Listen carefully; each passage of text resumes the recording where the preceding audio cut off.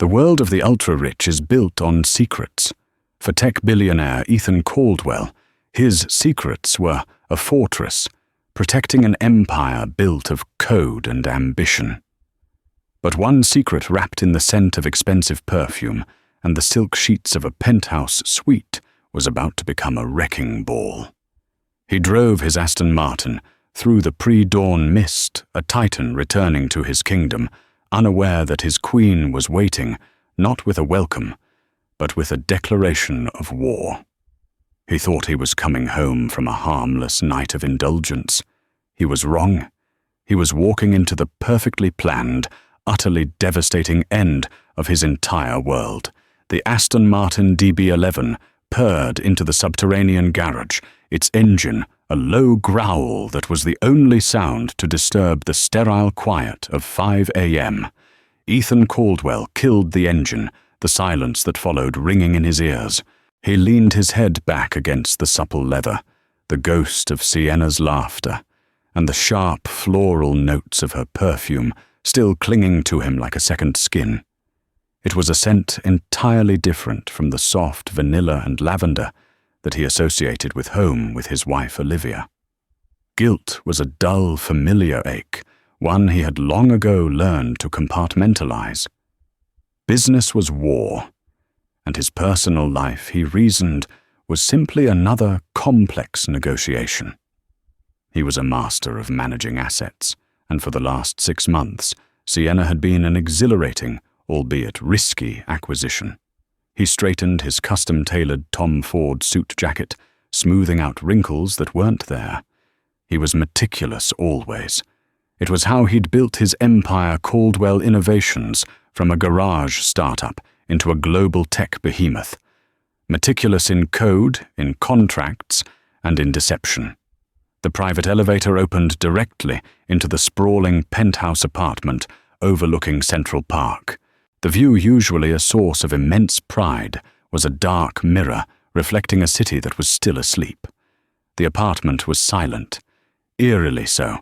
Usually, even at this hour, there was the faint hum of the air filtration system or the soft padding of their golden retriever Winston coming to greet him. But tonight there was nothing, just a heavy, waiting stillness. He found Winston lying in his bed in the utility room, not even lifting his head, just a mournful thump of his tail against the cushion.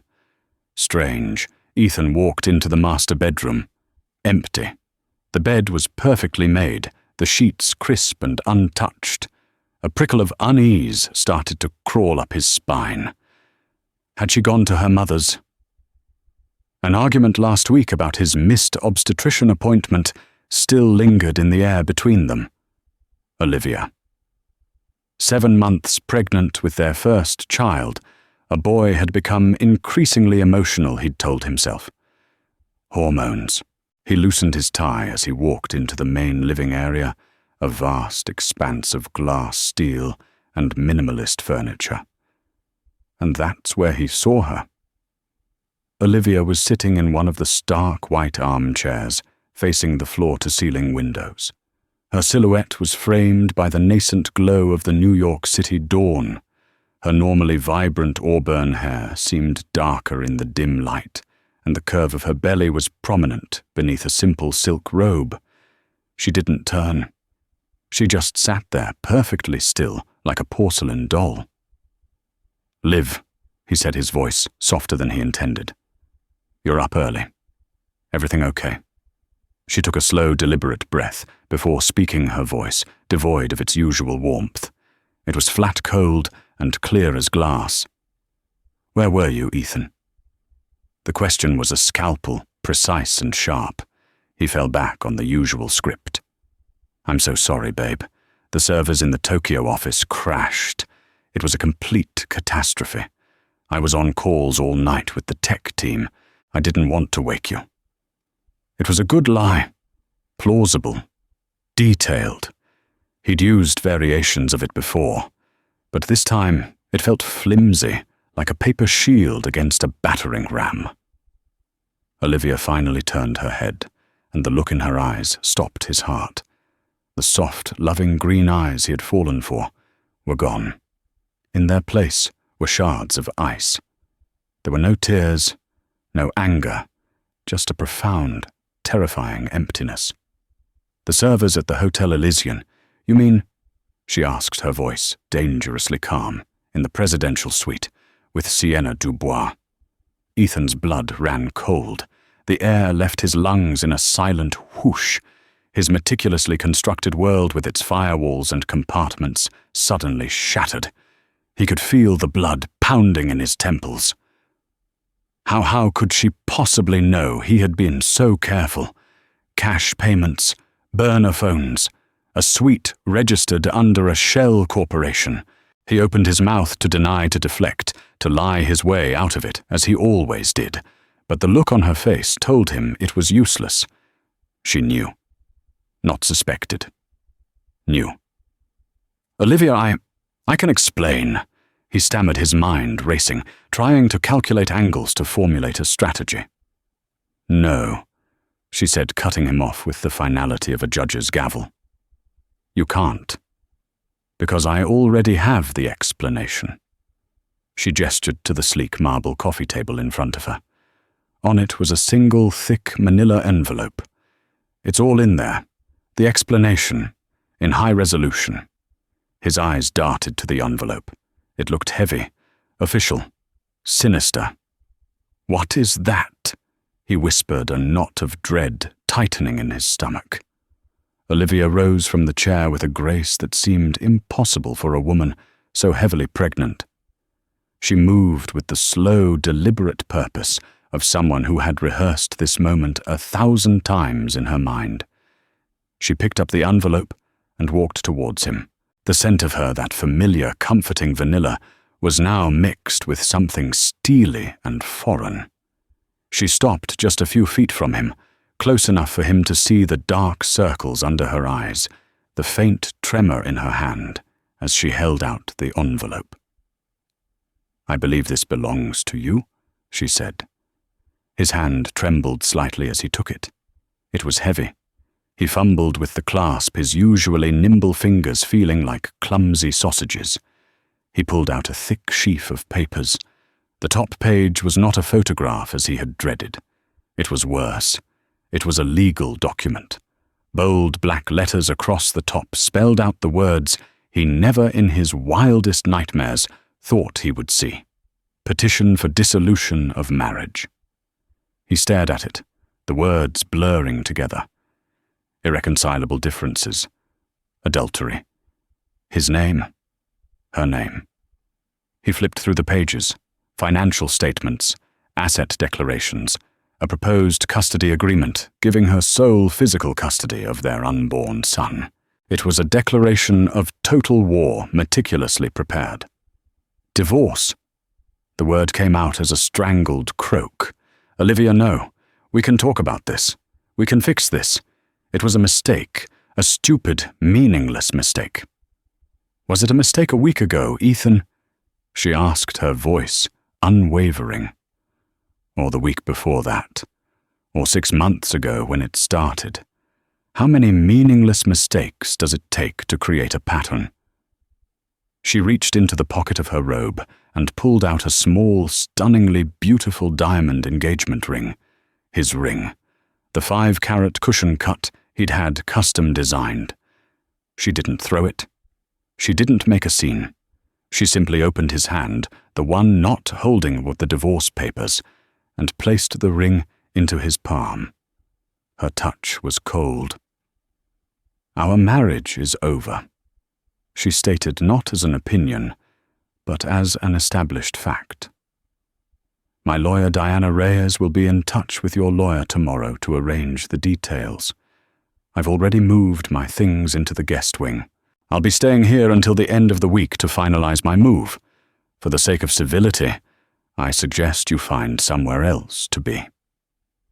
She turned and walked away, her back straight, her head held high. She didn't look back. Ethan Caldwell stood alone in the center of his multi-million-dollar penthouse, the divorce papers in one hand and the diamond ring in the other. The sun was now rising over the city, flooding the room with a brilliant, unforgiving light. The master of control had lost it completely. He had played a dangerous game, confident in his ability to manage the risk. He had just discovered in the most brutal way imaginable that he had already been checkmated. The weight of the papers in Ethan's hand felt heavier than any corporate contract he'd ever signed. His mind, usually a high-speed processor capable of juggling a dozen complex variables, was stuck in a feedback loop of a single word. How he sank onto the sofa, the crisp legal documents crinkling under his grip. He scrolled through them again, his eyes catching phrases that felt like physical blows. A documented pattern of infidelity, dissipation of marital assets, request for sole legal and physical custody. Sole custody. The thought sent a jolt of pure panic through him. His son, a boy he hadn't even met, and she was already building a wall between them. This wasn't a spontaneous emotional reaction. This was a premeditated, strategic strike. Olivia, his sweet art historian wife, the woman who organized charity galas and curated their art collection, had just executed a corporate-level takedown. The level of detail in the financial affidavits was staggering. She knew about the shell account in the Caymans. She knew about the stock options he'd vested, but hadn't declared. She knew everything. He pulled out his phone, his thumb hovering over his lawyer's name, Frank Miller. Frank was more than his lawyer. He'd been his best friend since their days at Stanford. He hit the call button. "Ethan, it's not even 6 a.m. Don't tell me you've invented a way to teleport, and you're calling me from the future." Frank's groggy voice came through the speaker. "She knows," Ethan said, his own voice sounding hollow and distant. "Frank, she knows everything. She just served me with divorce papers." There was a moment of silence on the other end, then the sound of rustling sheets. "Okay. Slow down. What do you mean she knows everything? Everything. Sienna, the hotel. She named her Frank. She named the goddamn hotel." Ethan stood up and began to pace the manic energy of a cornered animal taking over. "And these papers. This isn't some boilerplate document her family lawyer downloaded from the internet. This is a weapon. She lists assets I didn't even know she knew existed. It's perfect. It's terrifying." "Who's her lawyer?" Frank asked, his voice now sharp and fully awake. Ethan fumbled with the pages. "Reyes. Diana. Reyes." A low whistle came from Frank. "Oh, hell. Ethan, you're not in trouble. You're in a Category 5 hurricane." Diana Reyes was a legend in New York matrimonial law. Nicknamed the Shark in Chanel, she was known for dismantling the wealthiest, most powerful men in the city with a chilling smile and an encyclopedic knowledge of financial loopholes. She didn't just win cases, she eviscerated opponents. "How did she find out?" Ethan demanded, more to himself than to Frank. "I was so careful. Encrypted messaging apps, corporate credit cards, NDAs for the staff." His voice trailed off as he saw it. Tucked in the middle of the petition was an appendix. Appendix, evidence of infidelity. He felt his stomach lurch. With trembling fingers, he pulled out a separate, smaller envelope he hadn't noticed before sealed within the main one. He tore it open. Inside were about a dozen high-gloss photographs.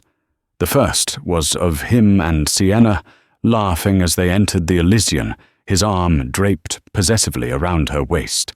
The second was a telephoto shot taken from an adjacent building of them toasting champagne on the suite's private balcony. The third made him physically ill. It was of them kissing silhouetted against the window of the suite, a clear, damning image. The timestamps on the bottom of each photo were from different nights, spanning months. Tuesday, August 12th, Thursday, September 4th, Monday, October 20th, and last night. This wasn't a lucky guess. This was surveillance. Professional. He collapsed back onto the couch, the photos scattering on the floor like fallen leaves. He felt violated, exposed. The hunter had become the prey.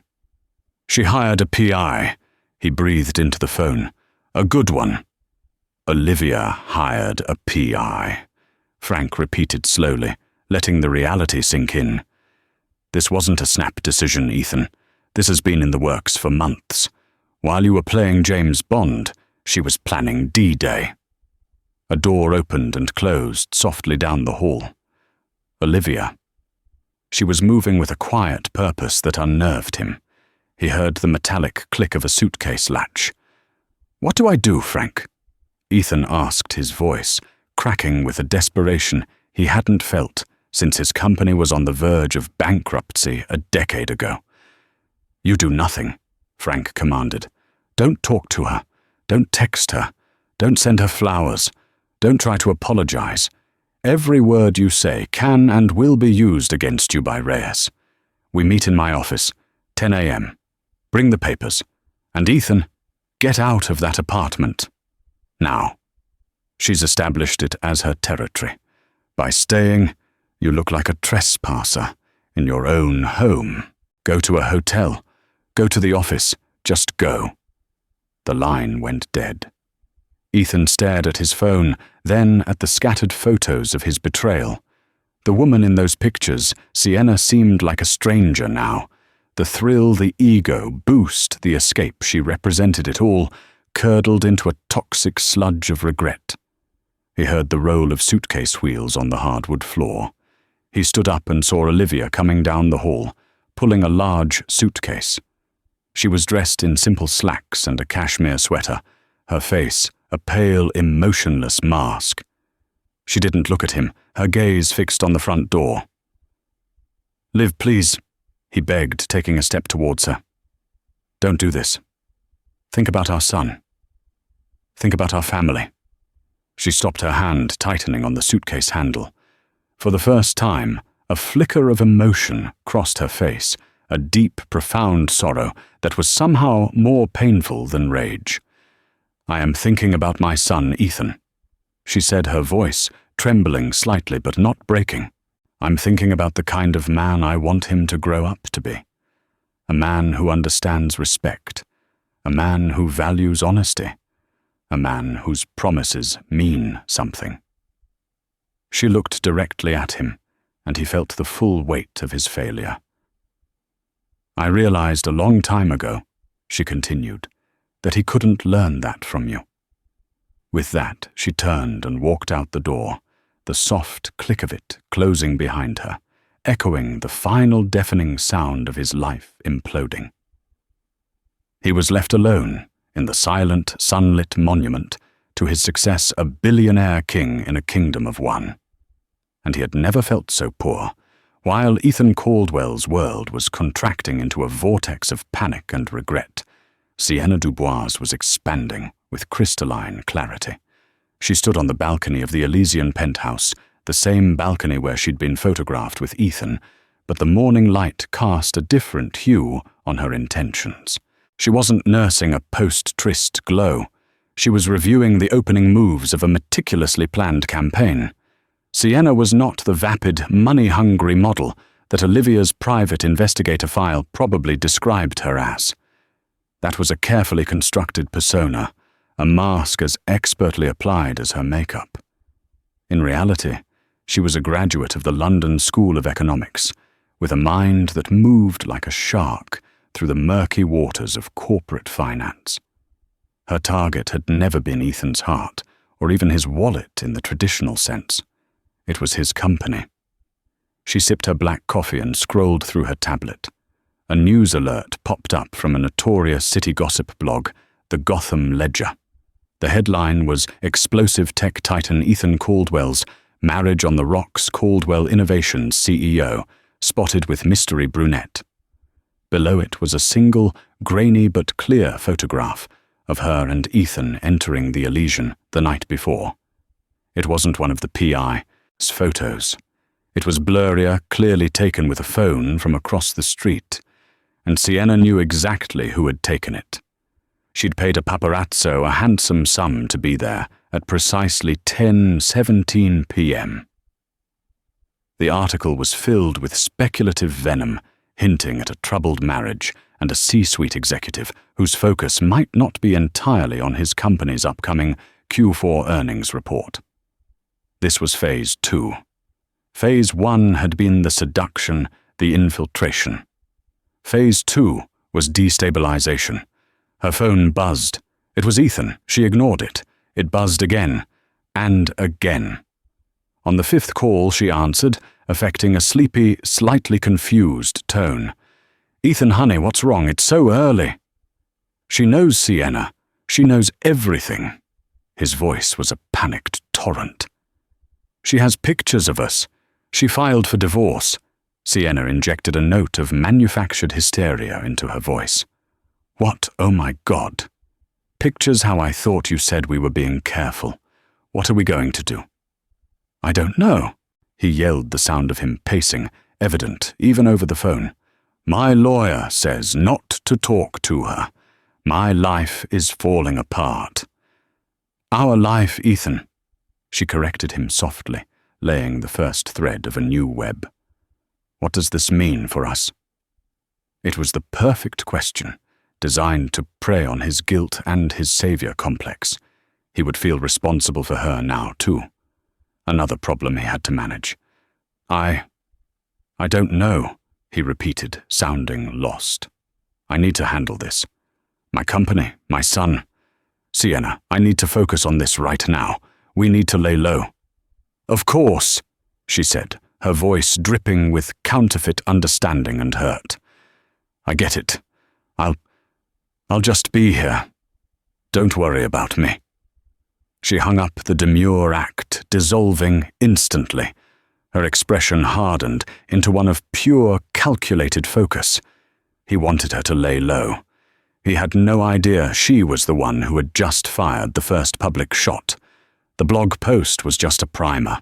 The real target was the Caldwell Innovations Board of Directors and its investors. The company's stock was famously stable, largely due to Ethan's reputation as a ruthlessly efficient, unshakably focused leader. A messy public divorce, especially one involving infidelity and a pregnant wife, would create a narrative of instability, of recklessness. It would spook the market. Sienna opened a secure messaging app and sent a simple message to a contact saved as Prometheus. Phase 2 initiated. Market primed. The reply came back seconds later. "Well done. The board is already nervous about the delayed launch of Project Chimera. This will amplify the pressure. Proceed with Phase 3 on schedule." Project Chimera was Caldwell Innovations' next big thing, a revolutionary augmented reality platform that was months behind schedule and billions over budget. It was Ethan's passion project, but it was also his biggest vulnerability. The board was already skeptical. All they needed was a reason to question Ethan's leadership. Sienna walked back inside the suite, her job here done. Her affair with Ethan Caldwell had been a long, often tedious investment of her time. She'd endured his monologues about stock valuations and his pedestrian taste in wine. She'd feigned interest in his life while expertly hiding every detail of her own. He saw her as a beautiful distraction, an escape. He never once thought to ask what she was escaping from. He would learn soon enough. He thought his war was with his wife. He had no idea the real enemy was the woman he had just left in his bed. Olivia Caldwell was fighting for her son and her dignity. Sienna Dubois was fighting for something else entirely, vengeance, and she was just getting started. The conference room at Frank Miller's law firm was designed to project power. Dark mahogany leather chairs, a panoramic view of the city. It was a space where fortunes were decided. But as Ethan Caldwell sat across from his friend and lawyer, he felt utterly powerless. "I've reviewed the petition," Frank said, sliding the thick document across the table. "It's a masterpiece. Diana Reyes's fingerprints are all over it. She's not just coming after your personal assets, Ethan. She's coming after the company. He tapped a clause on page 12. The morality clause, standard in most prenups, including yours. It stipulates that if the marriage ends due to a proven act of infidelity, the aggrieved party is entitled to a significantly larger settlement. But Reyes has drafted this to define marital assets in the broadest possible terms. What does that mean? Ethan asked, his voice raw. It means she's arguing that your affair constituted a distraction that has negatively impacted your leadership and therefore the potential value of Caldwell Innovations. She's going to argue that your reckless personal behavior put the company's future at risk, and Olivia is entitled to a share of that lost potential value. Ethan stared at him dumbfounded. That's insane. She can't do that. The company's value is higher than it's ever been. For now, Frank countered, his expression grim.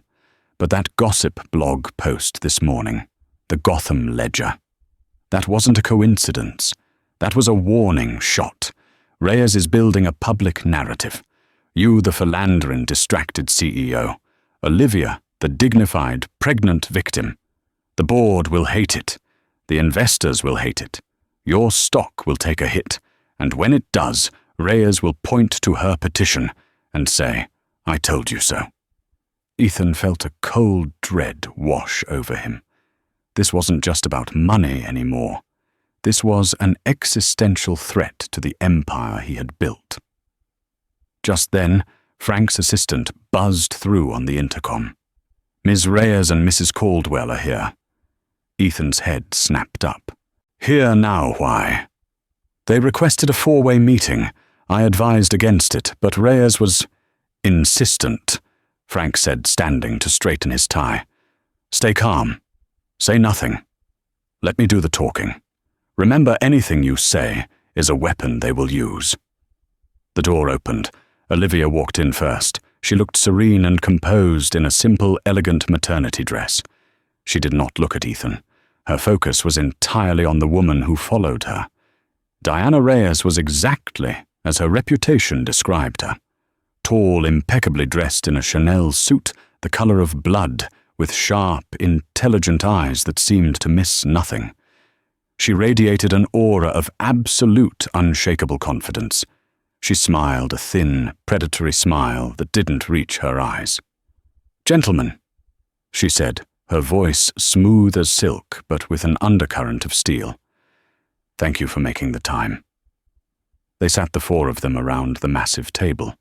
The silence was thick with tension. "We can dispense with the pleasantries," Diana began, placing a slim leather portfolio on the table. "My client wishes for this process to be as swift and efficient as possible so we can all move on with our lives. To that end, we are here to present a preliminary settlement offer." She slid a single sheet of paper across the table to Frank. Frank read it, his eyebrows climbing his forehead.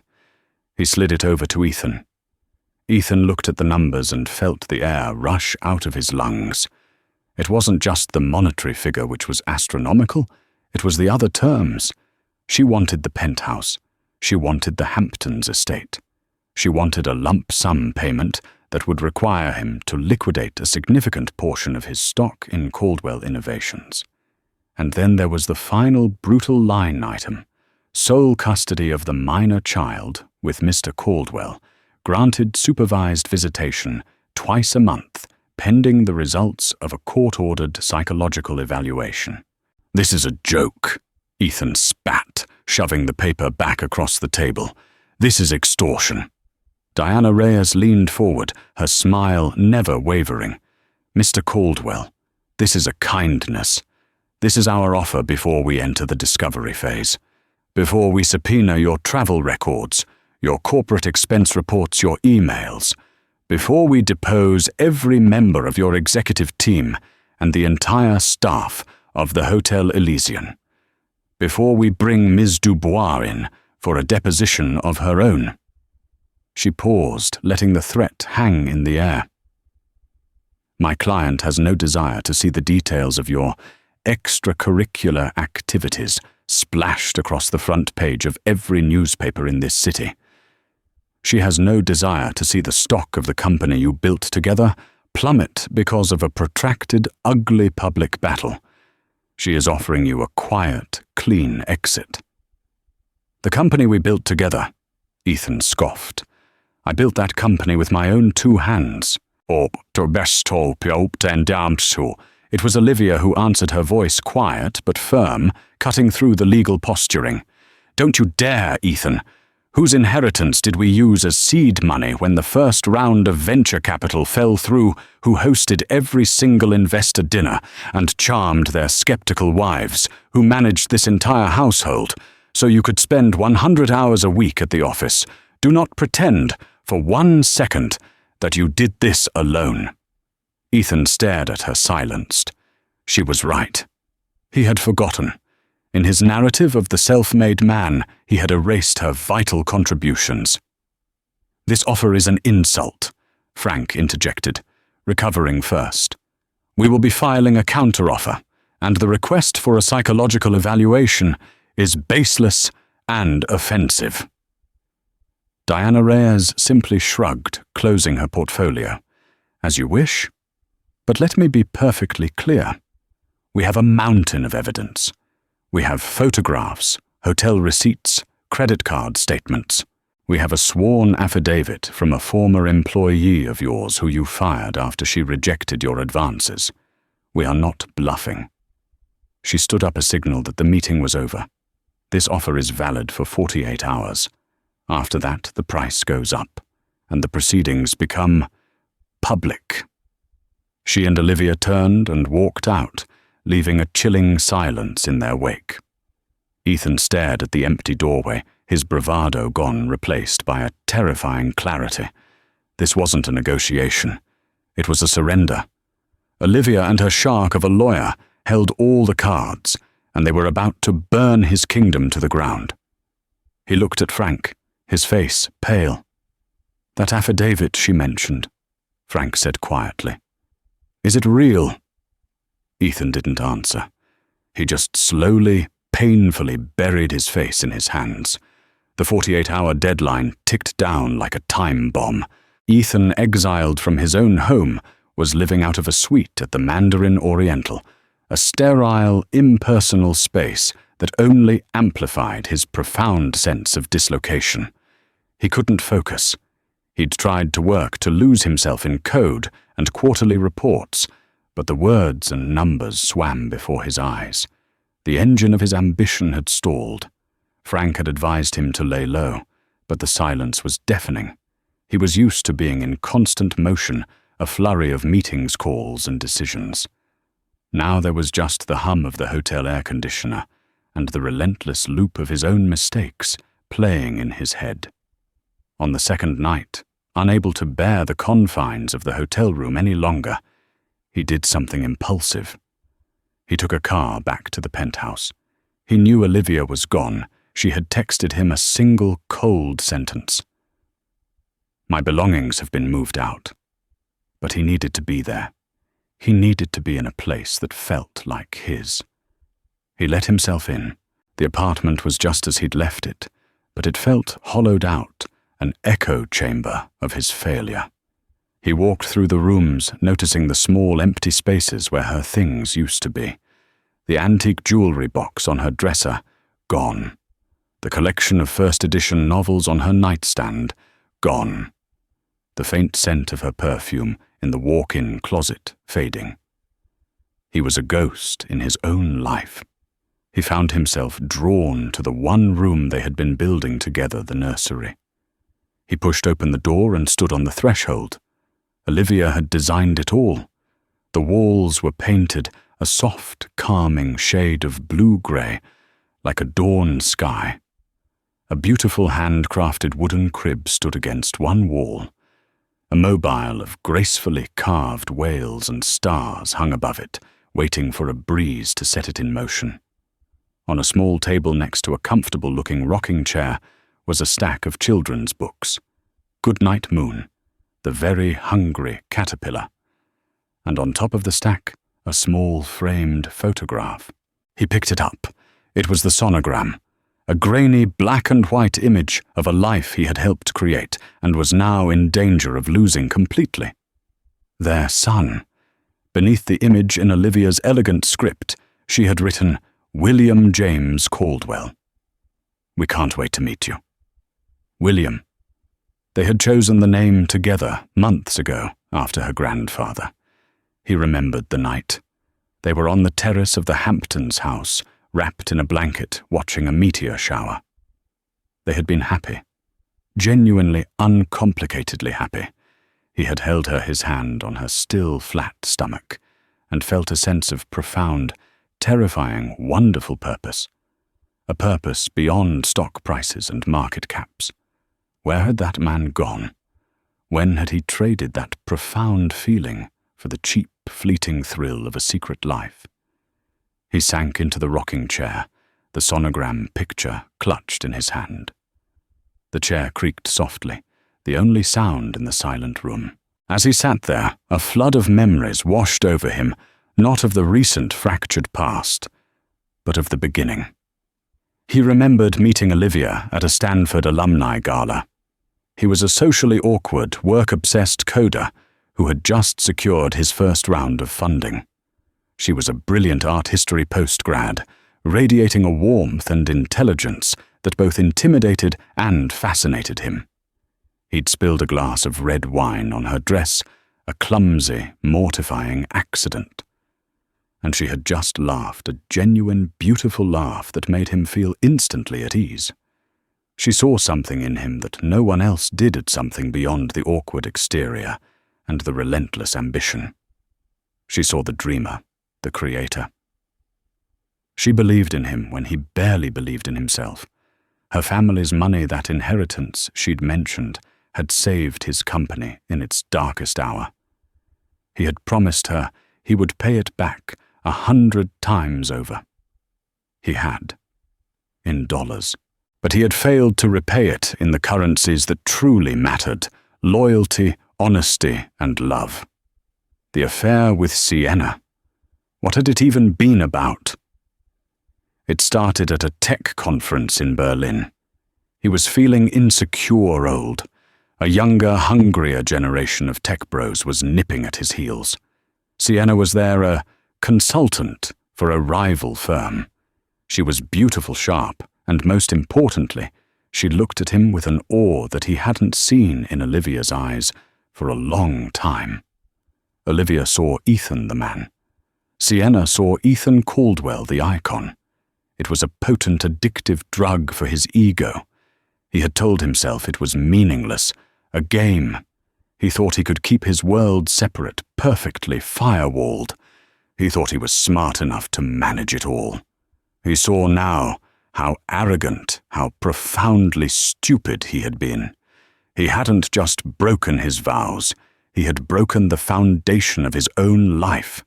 He had taken the one person who had been his true partner and made her his adversary. A single hot tear traced a path down his cheek, splashing onto the glass of the photo frame. The image of his unborn son blurred. William. He finally understood. This wasn't a negotiation over assets. This was a reckoning of his character. And by every conceivable metric, he was bankrupt. The 48-hour deadline was no longer a threat. It was a countdown to a future he had built for himself, brick by painstaking brick of his own betrayal. And he was going to lose everything that had ever given his life meaning. With the deadline just hours away, Ethan sat in Frank Miller's office, a ghost of the Titan who had sat there 2 days prior. He was ready to sign, ready to give Olivia everything she wanted. The fight had gone out of him, replaced by a deep, gnawing emptiness. Just give her the papers, Ethan said, his voice flat. I'll sign whatever she wants. Frank leaned back in his chair, his expression unreadable. Before you do that, there's something you need to see. I did some digging. Not on Olivia, but on your mistress. Ethan waved a dismissive hand. It doesn't matter, Frank. This isn't about her. I think it is Frank said, his tone serious. He slid a file across the table. It wasn't a legal document. It was a private investigator's report. I had a guy I use for corporate due diligence run a deep background check on Sienna Dubois. I had a weird feeling about this whole thing. The leak to the press, how perfectly timed it all was. It felt professional. Ethan reluctantly opened the file. The first page was a headshot of Sienna smiling alluringly. The second page stopped his breath. It was another photo, a grainy old newspaper clipping. It showed a much younger Sienna, a teenager with braces and her hair in a ponytail, standing next to a proud-looking middle-aged man with kind eyes. The headline read, "Petrov Innovations secures major tech partnership." The man was Andrei Petrov. The name hit Ethan like a physical blow. Andrei Petrov, a brilliant software engineer, one of his earliest partners a decade and a half ago. They had been on the verge of a breakthrough with a new data compression algorithm, but a larger competitor had made Ethan a lucrative offer to buy him out, absorb the technology and give him a senior VP position. The catch. The offer was for him alone. They didn't want his partner. Ethan Young, ambitious and hungry, had taken the deal. He'd used a legal loophole in their partnership agreement to force Andrei out, leaving him with next to nothing. Andrei had fought it, but he didn't have the resources. He was ruined. A few years later, Frank had mentioned hearing that Andrei had passed away from a sudden heart attack, broke and broken-hearted. Ethan had felt a pang of guilt, then buried it deep under a mountain of success. "Sienna Dubois isn't her real name," Frank said softly, watching Ethan's face lose all color. "Her name is Katerina Petrov. She's Andrei's daughter." Ethan stared at the picture, his mind reeling, desperately trying to connect the dots. The charming, seductive woman from the hotel, the innocent-looking girl in the photo. They were the same person. "She legally changed her name 5 years ago," Frank continued, flipping a page. "Moved to London, got a degree in economics. She's been working as a freelance corporate analyst, but it's a front. Look at this." He pointed to a list of financial transactions. Over the past year, shell corporations linked to Sienna or Katerina had been quietly, strategically short-selling Caldwell Innovations stock. It was a massive, high-risk bet that the company's value was about to plummet. "She wasn't sleeping with you for your money, Ethan." Frank explained the horrifying truth settling in. "She was sleeping with you to get inside your company, to understand its vulnerabilities. The affair itself was the weapon. She knew it would eventually come out. She orchestrated the leak to the press herself. She wanted to create maximum chaos. A public, messy divorce for the CIO, a scandal at the top. It's the perfect catalyst to trigger a stock collapse." The puzzle pieces clicked into place with sickening precision. Her innocent questions about Project Chimera's delays, her curiosity about the board members' personalities, her access to his laptop and phone when he was sleeping or in the shower. She hadn't been a mistress. She had been a corporate spy on a mission of revenge. "If the stock drops by 30 or 40% when this divorce goes public," Frank said, "she'll make a fortune, enough to cripple your company. Maybe even enough to mount a hostile takeover with a consortium of your rivals she's been feeding information to." A cold fury, the likes of which Ethan hadn't felt in years, began to burn through his despair. He had been played, masterfully. He wasn't just a cheating husband. He was a fool, a mark, in a long con 15 years in the making. He had been so consumed by his own ego, so blinded by her flattery, that he had personally invited the architect of his destruction into his bed. "She's been feeding information," Ethan whispered, his mind racing back through conversations, texts, emails. "To Prometheus. He remembered seeing the contact name on her phone once. He'd assumed it was some silly pet name. Now he knew it was a code name. He looked at Frank, his eyes blazing with a new, desperate fire. "Olivia, does she know any of this?" "I doubt it," Frank said. To Olivia, "Sienna is just the other woman, the catalyst for your divorce. She has no idea she's a pawn in a much bigger, more dangerous game." Ethan stood up, his fists clenched. The game had changed. This was no longer just about his marriage. It was about his legacy, his company, and the livelihoods of the thousands of people who worked for him. And it was about the woman he loved, and the son he hadn't yet met, who were unknowingly caught in the crossfire of a war he had started a long, long time ago. "Cancel the signing," Ethan said, his voice hard as steel. "Get me everything you have on Katerina Petrov and every company she's ever been associated with. And get me in a room with Olivia and her lawyer. They think they're divorcing a cheating husband. They need to know they're in business with a saboteur." He was still going to lose his family. He knew that. Some things were broken beyond repair. But he would be damned if he let Katerina Petrov burn everything else to the ground. The reckoning was far from over. The second four-way meeting was even colder than the first. It took place in a neutral conference room, a sterile white box that felt like an interrogation chamber. Olivia and Diana Reyes sat on one side of the table, their faces impassive and unreadable. Ethan and Frank sat opposite them. "If you've brought us here to reject our offer and present a lowball counter, you're wasting our time." Diana began, her voice sharp. "We're not here to talk about the settlement," Ethan said, cutting her off before Frank could speak. He looked directly at Olivia, his gaze steady and stripped of the desperate pleading from their last encounter. "We're here to talk about Sienna Dubois, or more accurately, Katerina Petrov." He saw a flicker of confusion in Olivia's eyes. Diana's expression remained a mask of professional indifference, but her posture stiffened slightly. Ethan laid it all out. He didn't spare himself. He detailed his betrayal of Andrei Petrov 15 years ago, the ruthlessness of his ambition, the callous way he had discarded his partner. He watched Olivia's face as he spoke, saw the flicker of recognition and dawning horror. She knew the story. He had told her a sanitized version years ago, casting himself as the savvy businessman. Now she was hearing the ugly truth. Then he and Frank laid out the evidence they had gathered in the last 24 hours.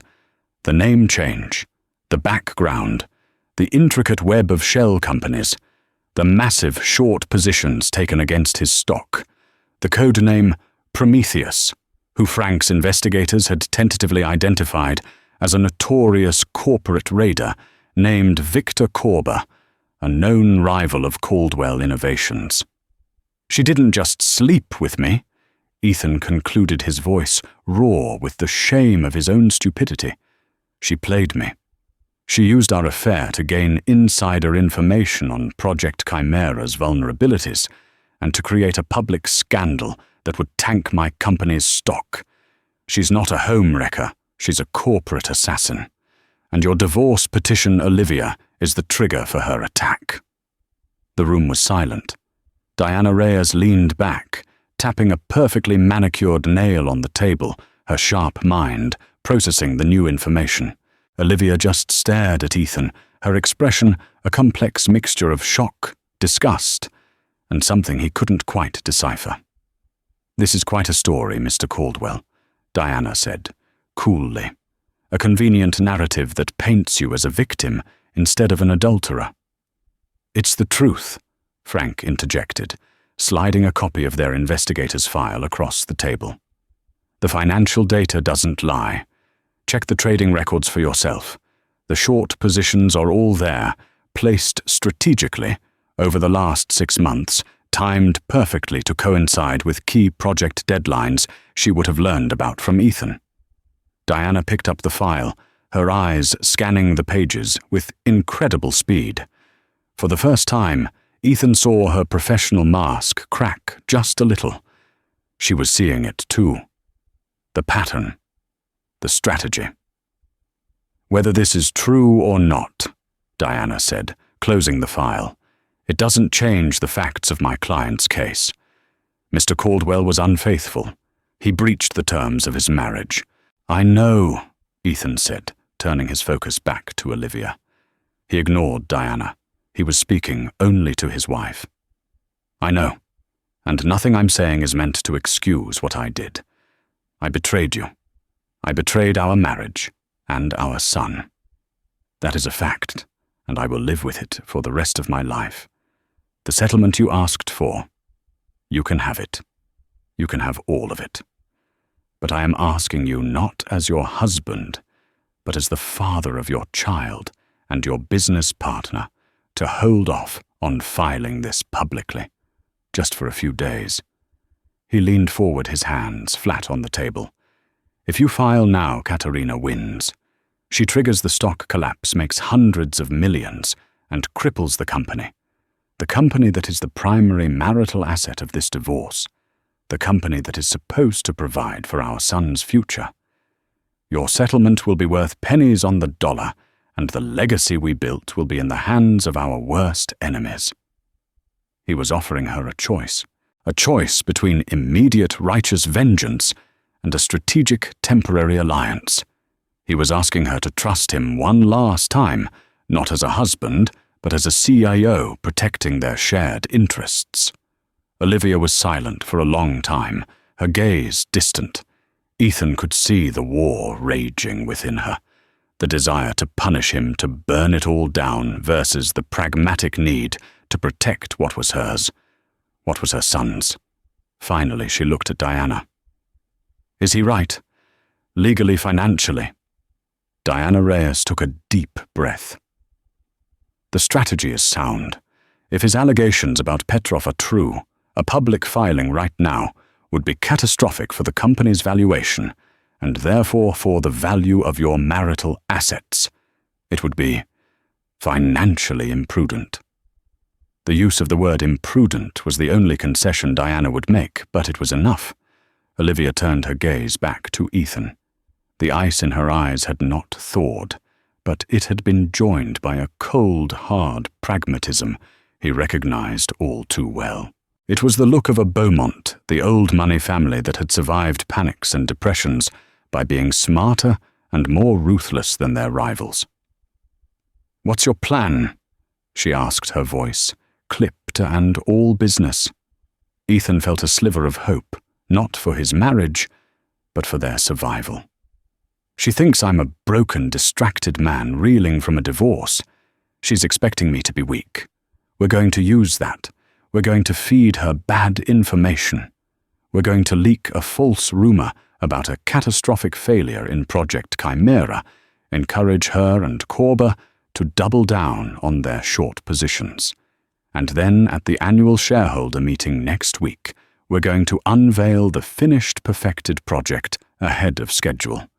We trigger a massive stock surge, a short squeeze. It will wipe them out. It will bankrupt them." It was a high-risk, high-stakes gambit. It would require perfect execution and absolute secrecy. And it would require Olivia's complicity. "I need you to play your part," Ethan said. "I need the world to believe we are at war, that I am falling apart. The more vicious the divorce looks, the more confident they'll be." Olivia stared at him, her expression unreadable. Then she gave a single, sharp nod. "All right, Ethan," she said, her voice like chipping ice. "You have 1 week. You can have your war. But understand this. When it's over and you've saved your company, our divorce proceeds exactly as planned, and I want an extra 10% for my trouble." Diana Reyes allowed herself a small, predatory smile.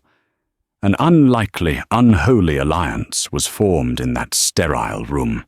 A cheating husband and his scorned, pregnant wife united by a common enemy, and the cold, hard logic of mutually assured financial destruction.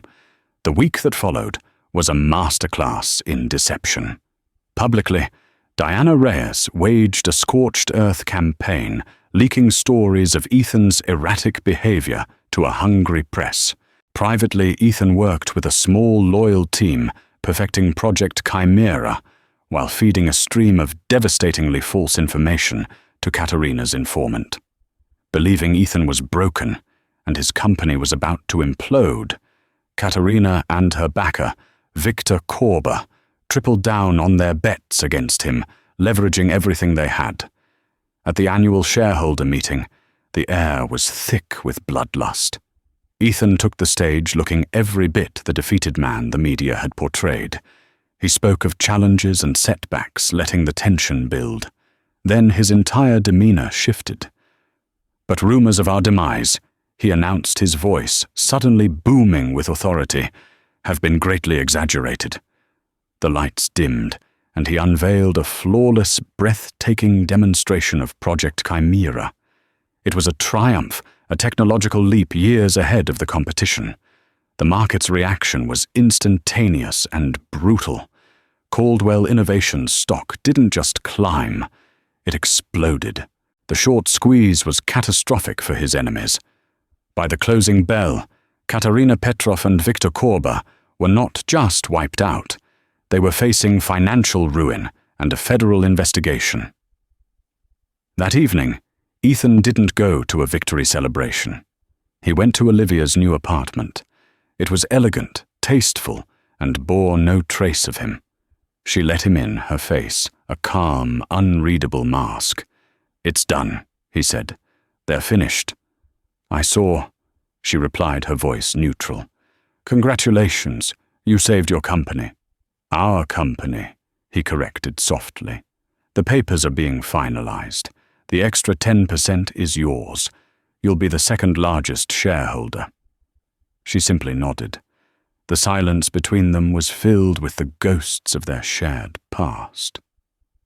"Olivia," he began, his voice thick with a regret that was bone deep. "I am so sorry. For everything. I was a fool, and I destroyed the only thing that ever truly mattered." She looked at him, and for the first time, he saw not anger, but a profound, weary sadness in her eyes.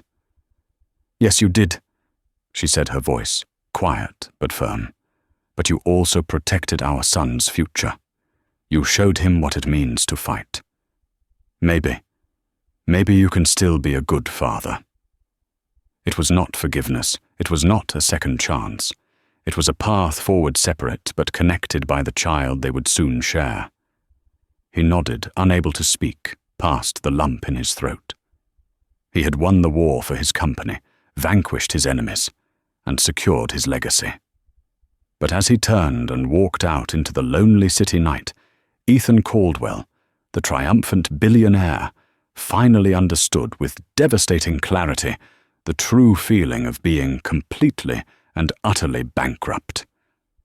And so Ethan Caldwell's glittering world was saved, but his home was lost forever. He learned the hardest lesson of all, that the walls of a fortress can just as easily become the walls of a prison. This story is a powerful reminder that trust, once shattered, can rarely be perfectly pieced back together, and the consequences of our choices often have a price tag far higher than we can imagine. It's a story about betrayal, but it's also about an unexpected strength, a wife who refused to be a victim and instead became the silent, strategic architect of her own future. What do you think was Olivia's final decision fair? Could you ever forgive a betrayal of that magnitude, even to save a shared legacy? Let us know your thoughts in the comments below. We read every single one. If this story moved you, please give this video a thumbs up. Share it with someone who loves a story with twists you never see coming, and make sure you subscribe to our channel for more real-life dramas just like this. Thank you for listening.